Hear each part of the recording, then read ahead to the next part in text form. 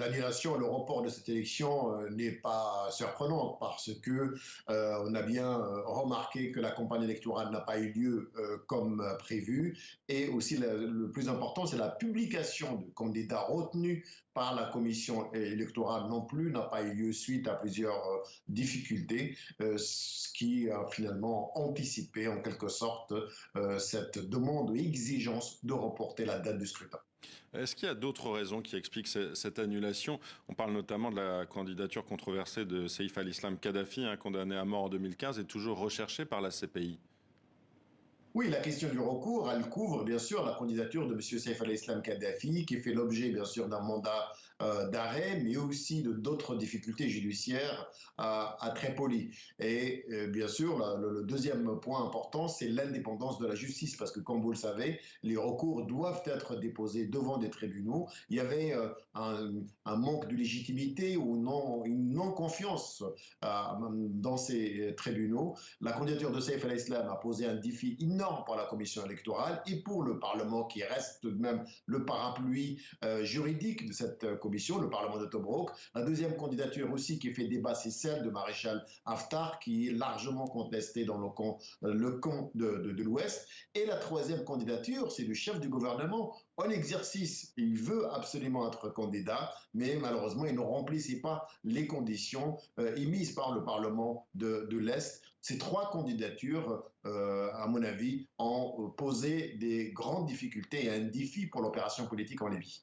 Alors la haute commission électorale propose un report d'un mois seulement. Est-ce que ce délai très court est suffisant selon vous pour résoudre les problèmes de ce scrutin libyen ?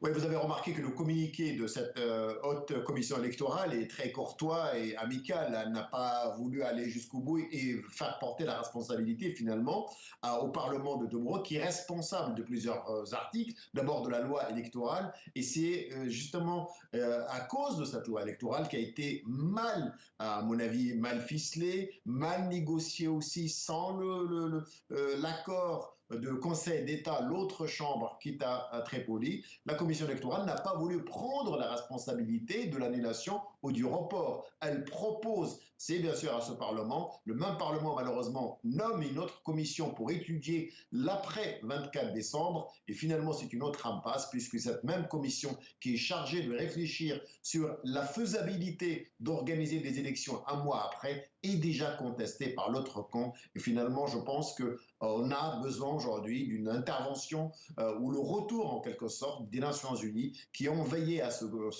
qu'on appelle le forum politique de 75 membres, 75 membres donc de la société civile pour trouver une alternative à cette impasse entre l'Est et l'Ouest.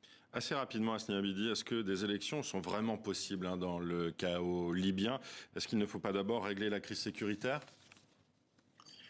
Vous savez, oui, la question sécuritaire elle est importante, mais qui a la légitimité de régler la question sécuritaire, de mettre fin à ces hostilités. Il faut saluer l'effort consenti par ce qu'on appelle le groupe 5+5, qui réunit les militaires de l'Est et de l'Ouest, et qui a réussi à consolider le cessez-le-feu. Je pense qu'en l'absence aussi de nouvelles institutions, c'est-à-dire un Parlement représentatif, mais aussi un président qui a tous les pouvoirs et qui a surtout la légitimité populaire, cette question de la présence des forces étrangères ne sera pas résolue. Il y a une peur, il y a une panique qui s'emparent des deux parties et c'est pourquoi ils font recours à des milices étrangères et à des forces étrangères. Seules les institutions légitimes sont en mesure de régler cette question. Merci Hasni Abidi en direct de Genève avec nous.